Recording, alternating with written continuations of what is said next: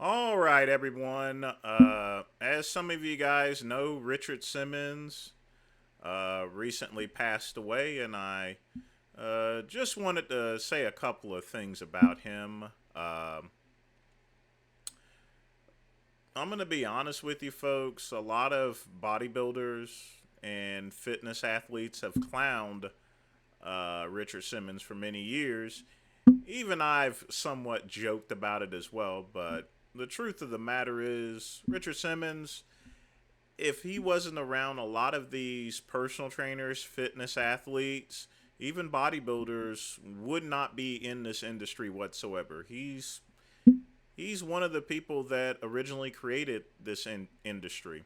You know, the same with Jack LaLanne, Galad.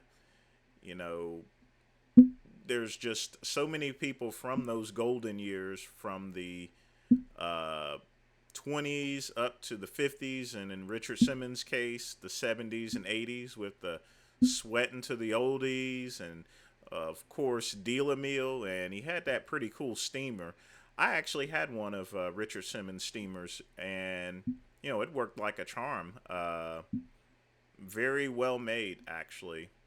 Uh, but let's not dwell as far as to how he died, but how he actually lived. Especially given we don't know the actual circumstances. They consider it natural causes, but I believe he had gotten over a bout of skin cancer, which, that's not always going to be 100, but, when it comes to Richard Simmons, like I said, if it wasn't for him being around, like I said, there wouldn't be any personal trainers out there.